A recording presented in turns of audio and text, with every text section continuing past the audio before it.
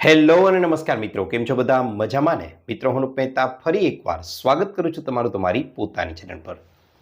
મિત્રો, આજના સમયમાં તમે જોયું હશે કે 90%થી વધારે લોકો અનાજના નામે માત્ર ઘઉં અને ચોખાનું સેવન કરી રહ્યા છે અને તેના પરિણામ સ્વરૂપે બને છે એવું કે ડાયાબિટીસ, બ્લડ પ્રેશર, કિડનીને લગતી બીમારીઓ અને લીવરને લગતી બીમારીઓ ઉત્પન્ન થવા લાગી છે.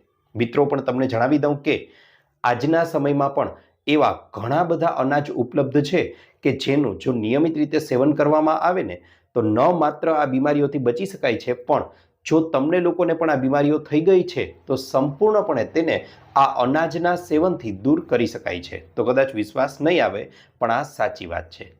સૌથી પહેલાં તો ચાલો એ જાણી લઈએ કે કયા છે તે અનાજ. મિત્રો, સૌથી પહેલાં હું તમને લોકોને જણાવી દઉં કે અહીં આ અનાજને મેં જુદા જુદા પ્રકારના 5 વિભાગમાં વહેંચેલા છે. હવે અહીં આપણે ચર્ચા કરવાના છીએ સૌથી ખરાબથી સૌથી સારા તરફ. તો સૌથી ખરાબથી એટલે કે 5 નંબર ઉપર જે વસ્તુને સ્થાન આપવામાં આવેલું છે તેનું નામ છે બજારમાં મળતો તૈયાર પડીકાઓમાં બંધ ઘઉંનો લોટ. જી હા મિત્રો, બજારમાં મળતો ઘઉંનો લોટ છે. મિત્રો, પહેલાં તો તમને એ ધ્યાનમાં રહેવું જોઈએ કે આ એ ઘઉં છે જ નહીં જેને આપણા પરદાદા, પરદાદી કે પરનાના, પરનાની છે તે ખાઈ રહ્યા હતા. શા માટે? કારણ કે 1960માં જ્યારે હરિત ક્રાંતિ થઈ ત્યારે તમને ખ્યાલ જ હશે કે પાકનું ઉત્પાદન વધારવા માટે, ખાસ કરીને ઘઉં અને ચોખાનું ઉત્પાદન વધારવા માટે તેને વધારે ઉત્પાદન મળે તેવા બિયારણનો ઉપયોગ કરવામાં આવ્યો અને તેની સાથે સાથે આ એવા ઘઉં છે કે જેના ઉત્પાદન માટે ભરપૂર પ્રમાણમાં દવાઓ અને પેસ્ટિસાઇડનો ઉપયોગ કરવામાં આવે છે. તેની સાથે સાથે આ લોટને એકદમ બારીક અને ઝીણો પીસવામાં આવે છે કે જેથી કરીને આપણા શરીરમાં વજન છે તેનો વધારો થાય છે અને ડાયાબિટીસ જેવી બીમારીઓ પણ આપણા શરીરમાં ખૂબ જ સરળતાથી થવાની શક્યતાઓ ખૂબ જ વધારે વધી જાય છે. મિત્રો, એક ઉદાહરણ મુજબ સમજાવવાનો પ્રયત્ન કરું તો આયુર્વેદમાં એવું કીધેલું છે કે જો શિયાળો હોય તો ઘઉંનો લોટ જ્યારે બને છે, એટલે કે જ્યારે દળીએ છીએ ઘંટીમાં, તેના 30 દિવસ પછી અને ઉનાળો છે તો માત્ર 15 દિવસ પછી તેને ખાઈ લેવો જોઈએ. પરંતુ તમે આ પડીકાઓમાં બંધ, પેકેટમાં બંધ જે 5-5 કિલોના પેકેટ આવે છે તેમાં બંધ લોટ જોયો હશે તો તેની એક્સપાયરી ડેટ છે તે 6-6 મહિનાઓ સુધી લાંબી લખેલી હશે. મિત્રો, તમને લોકોને એવો પણ પ્રશ્ન થશે કે ભાઈ, તમે આ લોટને 5મી કેટેગરીમાં, 5મા વિભાગમાં મૂકી રહ્યા છો, એનો મતલબ એ સૌથી ખરાબ છે, તો શું મેંદો આનાથી સારો છે? તો મિત્રો, આનો જવાબ તમને હું આપી દઉં કે મેંદો છે તે તો સૌથી વધારે ખરાબ વસ્તુ છે, પણ ભાગ્યે જ આપણા ઘરમાં ક્યારેય કાયમી ધોરણે મેંદાની ખરીદી થતી હશે. મેંદો આપણે ખરીદી કરતા નથી, પરંતુ હા, મેંદામાંથી બનેલી વસ્તુઓ છે તેનું અવારનવાર સેવન કરીએ છીએ. જેમ કે બજારમાં મળતા મોમોસ છે, સમોસા છે, ચિપ્સ છે, બ્રેડ છે, બિસ્કિટ છે, પિઝા છે, બર્ગર છે, આવી વસ્તુઓનું આપણે લોકો અવારનવાર સેવન કરીએ છીએ. ઘણીવાર તો અઠવાડિયામાં પણ 2-3 વાર આવી વસ્તુઓનું સેવન થઈ જાય છે અને તેના પરિણામ સ્વરૂપે જ આ મેંદો છે તેમાં ફાઇબર તો 0 છે, તેની સામે સામે પોષક તત્વોની માત્રા પણ ખૂબ જ ઓછી છે, અથવા એમ કહી શકાય કે પોષક તત્વનો પ પણ નથી અને તેના પરિણામ સ્વરૂપે તે આપણા શરીરમાં અંદર જઈ અને આંતરડાઓમાં ખૂબ જ સરળતાથી ચોંટી જાય છે અને તેનાથી જ હમણાં જણાવેલી જે ભયાનક બીમારીઓ છે તે થવાની શરૂઆત આપણા શરીરમાં થઈ જાય છે. મિત્રો, આ ઉપરાંત તમને વાત કરવા જાઉં તો જેમ ઘઉંની ઉપરનો જે પાર્ટ છે તેને દૂર કરી અને મેંદો બનાવવામાં આવે છે, તે જ રીતે ચોખા છે તેનો પણ ઉપરનો ભાગ દૂર કરી અને સફેદ ચોખા બનાવવામાં આવે છે કે જેનો ઉપયોગ આપણે લોકો ભાત તરીકે કરીએ છીએ. મિત્રો, ભાતમાં પણ આવું જ છે કે ભાતમાં પોષક તત્વોની માત્રા ખૂબ જ ઓછી છે અને તેની સામે તે આપણા શરીરને નુકસાન કરવાનું કાર્ય ખૂબ જ વધારે કરે છે. જો ભાતમાં પણ પોષક તત્વયુક્ત ભાતનું સેવન કરવું હોય તો શક્ય હોય તો લાલ રંગના ચોખા, અથવા તો જો એથી પણ વધારે શક્ય હોય અને તમને પરવડે તો કાળા રંગના ચોખા આવે છે તેનું જ સેવન કરવું જોઈએ. આ કાળા અને લાલ રંગના ચોખા છે તે આપણા સ્વાસ્થ્ય માટે ખૂબ જ સારા માનવામાં આવેલા છે.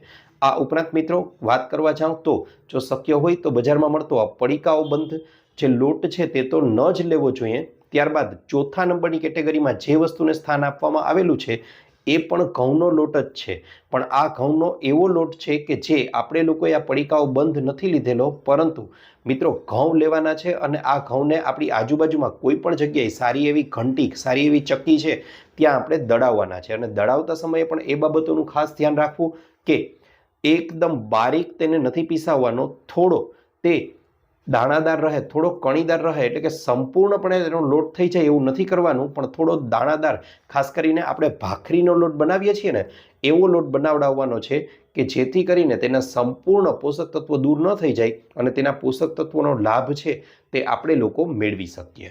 મિત્રો, ત્યારબાદ વાત કરવા જઈએ તો નંબર 3 ઉપર જે વસ્તુને સ્થાન આપવામાં આવેલું છે તેનું નામ છે ઓટ્સ.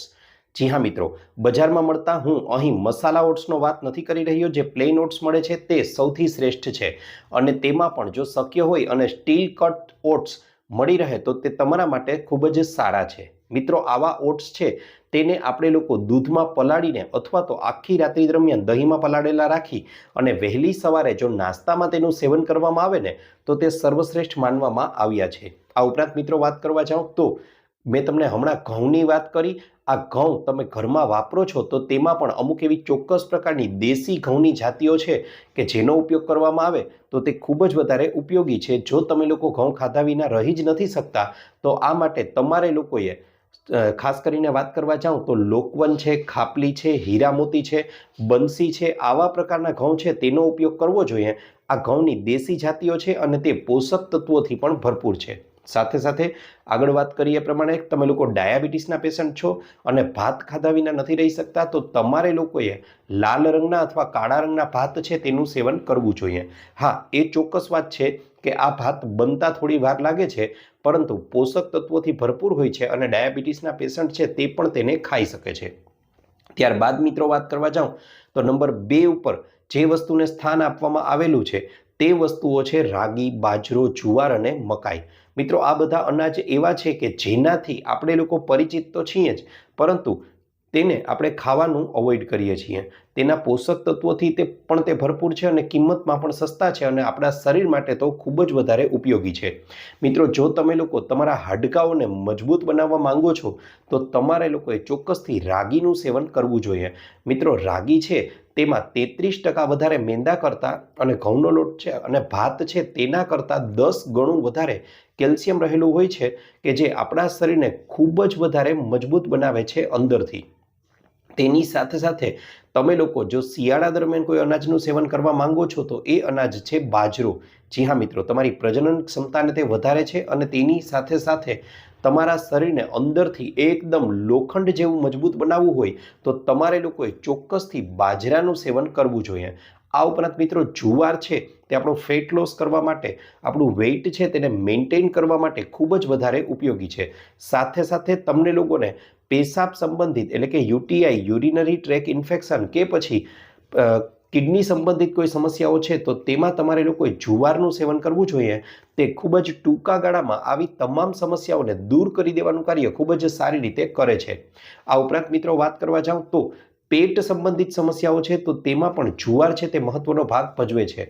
તમારે આંખોને લગતી કોઈ જ પ્રકારની તકલીફ છે તો તેમાં તમારે લોકોએ મકાઈનું સેવન કરવું જોઈએ. મકાઈ છે તે ખૂબ જ વધારે આંખોની સમસ્યાઓને દૂર કરવામાં ફાયદાકારક માનવામાં આવેલી છે.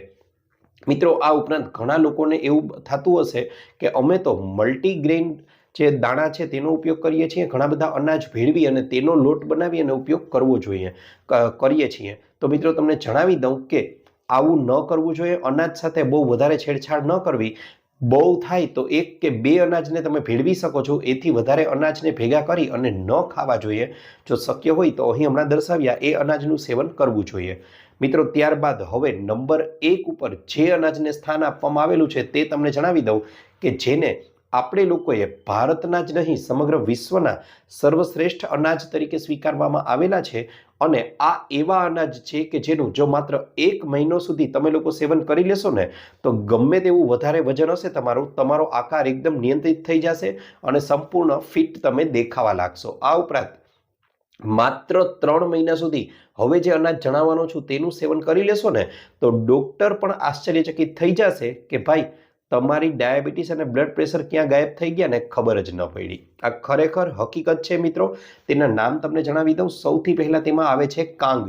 કે જેને આપણે લોકો ફોક્સટેલ મિલેટ તરીકે પણ અંગ્રેજીમાં ઓળખીએ છીએ. ત્યારબાદ આવે છે કોદરા, કે જેને કોદો મિલેટ્સ તરીકે પણ આપણે લોકો ઓળખીએ છીએ. આ ઉપરાંત સામો અથવા મોરૈયો.